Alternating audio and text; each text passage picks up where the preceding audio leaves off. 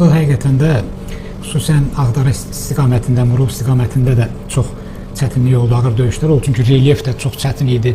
Meşələr, qayalar, dağlar biraz çox çətin şərait idi. Amma Füzuli istiqamətindən daha böyük miqyasda əməliyyatlar getdi. Düzdür, burada da başqa çətinliklər var idi. Rövşən qardaşımız orada olub. Yəni ərazi düzənlikdir, açıq hədəf halında istər-istəməz, eyni zamanda da hədsiz minalanmış sahələr. Bəli, tam və doğru. səngərlər, qat-qat səngərlər bir neçə hissə. Orada da çox ağır idi ki, həm minaları sürətlə təmizləmək, həm piyada qoşunun üstəlik atəş altında. Belə bir çətin şəraitdə ilk döyüşə başlayanda necə getdi proses? Siz hansı istiqamətdə idiniz? Saat 6-7 belə radələri olardı. Döyüş əmri verildi. Döyüş əmri veriləndə bizdə tanklarda KMT-li tanklar var. Onlar öncədən gedir mina ərazini təmizləmək üçündür.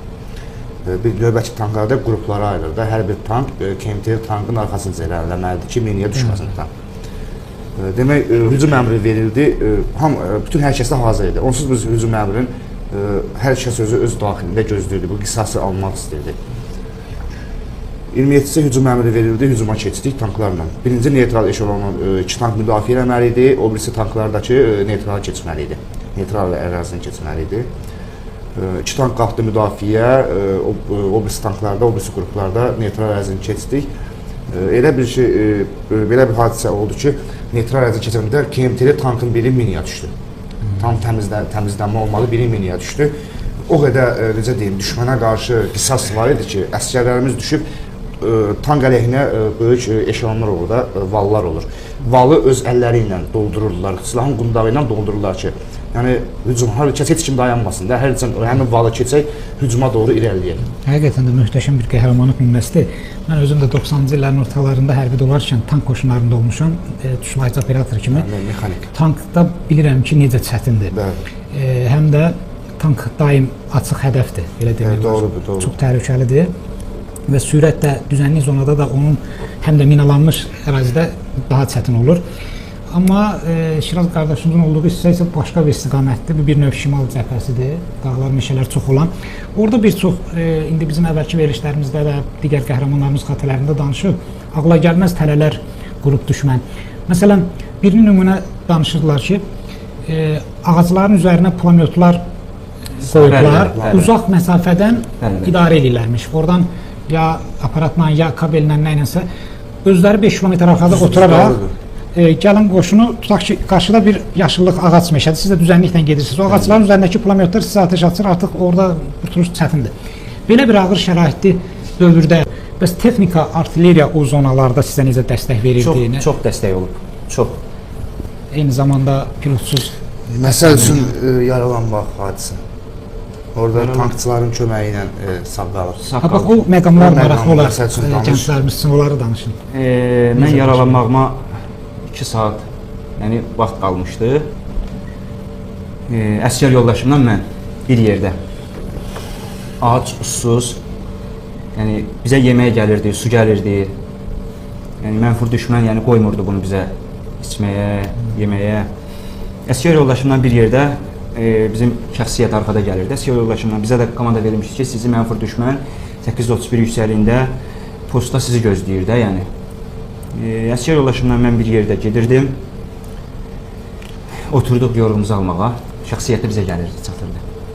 İrəliyiblər ki, biraz irəli getsinlər, şəxsiyyət çatına kimi, məsələn 200 metr, 300 metr, 200 metr. Zolada yatsınlar da. Öncü kimi irəliyiblər. O posta yəqin ki, yüksəklikdədir, daha yaxşı mövqedədir. Meşə, 30 ildən qalmış meşə. Meşə həqiqətən də çox vahimə basılası bir meşə idi, xəzan yer. Əyləşdik, əsgər yoldaşımla yorğun, halsız. Mən kürəyimi sökəmişəm ağaca tərəf, əsgər yoldaşım da söküyüb kürəyin ağaca tərəf. Sadəcə bir-birimizdən danışırıq ki, qarşı-qarşıya müharibə nə zaman bitəcək və nə zaman inşallah torpaqlarımız alınacaq. Şəxsiyyət də bizə gəlir, yaxınlaşır bizə. Durdum əsgər yoldaşıma su istədi məndən. Yaxınlaşanda əsgər yoldaşıma... Adını da deyə bilərsiniz. Əsgər yoldaşıma su yaxınlaşanda gördüm ki, bunun arxasında ağaçlar tərpənir. Balaca budaqlı ağaclar tərpənir. Buna dedim ki, sakit dur Günan, əsgər yoldaşıma dedim ki, sakit dur Günan ki, Burada kimsə var. Belə danış. Bu dedi ki, Cəfərli, mənim familiyam da Cəfərlidir. Dedi, Cəfərli, ola bilər ki, sən bizim şəhidlərimizi görmüsən, erməni meyitləri görmüsən, gözvə görülür, vahimə olur. Dedim, yox, burada kimsə var. Hiss edirsən. Hiss elədim. Əsgər yoldaşım oturdu, əyləşib, şəxsiyyəsi bizə çatır. Dedim ki, dur ayağa gedək. Bu durana yaxın mən də durdum ayağa. Bir atdım, 2 atdım, atmışdım. Gördüm bu erməni, 6 erməni. Uzanıblar, pulemyoti qoydular yerə. Bizim şəxsiyyət də arxadan bizə yaxınlaşır. Onları gözləyirlər. Bəli, qrupu gözləyir gəlsin. Qrupu gözləyirlər ki, bizim qrup gəlsin, Maskalanıblar da, belə yaxınlaşsın, deyək. maskalanıblar, pusqu qurublar. Çağırdı məni, hey Azəri. Döndüm bunlara tərəf baxanda, 6 dənə erməni, pulemyot yerdə. Bizim şəxsiyyət də bizə çatır. Bir anlıq orada hesab eləyə bilmədim. Sadəcə orada elədiyim bir şey, şəxsiyyətə qışqırdım ki, gəlməyin, pusqudur.